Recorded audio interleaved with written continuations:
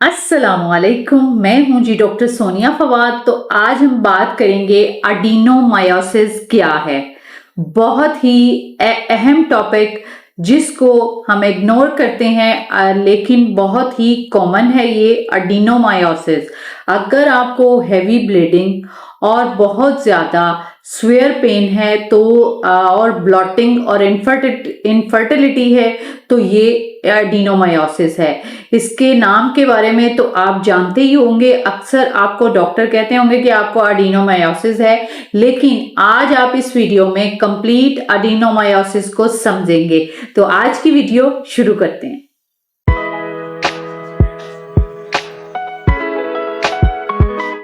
जी, आज का हमारा टॉपिक है एडिनोमायोसिस क्या है। इसको जो है समझने के लिए कि इसमें क्या क्या प्रॉब्लम होती हैं, एडिनोमायोसिस के नाम को आप जानते होंगे, लेकिन जो है अगर हम इन सिम्टम्स को इग्नोर करते हैं, हैवी ब्लीडिंग है और साथ आपको शदीद पेन है और टांग कभी राइट टांग में दर्द होती है, कभी लेफ्ट और कभी लोअर एब्डोमेन में, हर तरह की पेन किलर खाने के बाद भी ये दर्द नहीं जाता और साथ आपको इनफर्टिलिटी के इशू हैं और ब्लॉटिंग के इशू हैं, तो ये एडिनोमायोसिस है। लेकिन इन्हें लगता ये है कि शायद ये सिर्फ वीकनेस है, नॉर्मल पीरियड पेन है, जबकि असल इशू ये एडिनोमायोसिस का हो सकता है। एडिनोमायोसिस क्या होता है, बहुत ही सादा अल्फाज में आपको बताऊंगी कि एडिनोमायोसिस क्या है।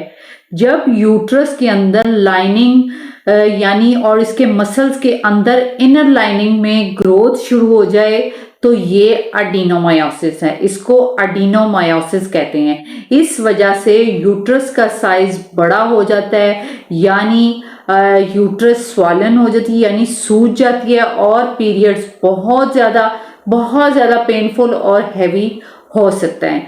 और इसके अलावा हैवी पीरियड्स, और अगर पीरियड्स में बार बार आपको पैड चेंज करना पड़ रहा है और बहुत ज़्यादा हैवी फ्लो हो रहा है और साथ आपको ब्राउन ब्लड क्लॉट्स भी आ रहे हैं, और ये वार्निंग साइन हो सकता है। अब खुदारा अलर्ट हो जाएं। और ये जो है एडिनोमायोसिस की एक्सट्रीम आगे का लेवल है, यानी ये आपको पेन बहुत करता है और इसका पेन इतना शदीद होता है कि पेशेंट लोटपोट होता है और पेशेंट से बिल्कुल भी इसका दर्द बर्दाश्त नहीं होता और पेशेंट सीधी खड़ी भी नहीं हो सकती। पेल्विक प्रेशर बहुत ज़्यादा होता है, या आपको जो है, पहले तो मैंने आपको स्वेयर पेन बताई, इसके अलावा आपको दूसरा फर्स्ट नंबर पे हैवी पीरियड और फिर नंबर 2 पे स्वेयर पेन फुल पीरियड्स और नंबर 3 पे पेल्विक प्रेशर या ब्लॉटिंग। कई खवातीन को लगता है कि पेट फूला हुआ है, थोड़ा सा खाना खा के भी पेट में उबारा सा हो गया है, गैस हो गई है, ब्लॉटिंग हो गई है और बहुत ज़्यादा आपको अनईजी फील हो रहा है, तो ये जो है आपको ये पेल्विक प्रेशर है। और नंबर 4 पे ड्यूरिंग जो है इंटरकोर्स आपको पेन बहुत शदीद होगा और आपसे बिल्कुल भी बर्दाश्त नहीं होगा, और ये भी रिलेशन जो है एडिनोमायोसिस को ही जाके करता है। अगर आपको 5 नंबर पे इनफर्टिलिटी इशू हो रहे हैं, हर तरह के आपको शादी को 2-2.5 साल हो गए और प्रेगनेंसी नहीं कंसीव हो रही, और प्रेगनेंसी कंसीव करना इसमें जो है एडिनोमायोसिस में भी मुश्किल हो जाता है। तो लिहाजा ये वो मैंने 5 आपको मेजर इशू बताए हैं जो कि एडिनोमायोसिस में होते हैं। अब किन खवातीन में ये ज्यादा होता है? जो 35 से 50 के दरमियान हो उनको एडिनोमायोसिस होता है।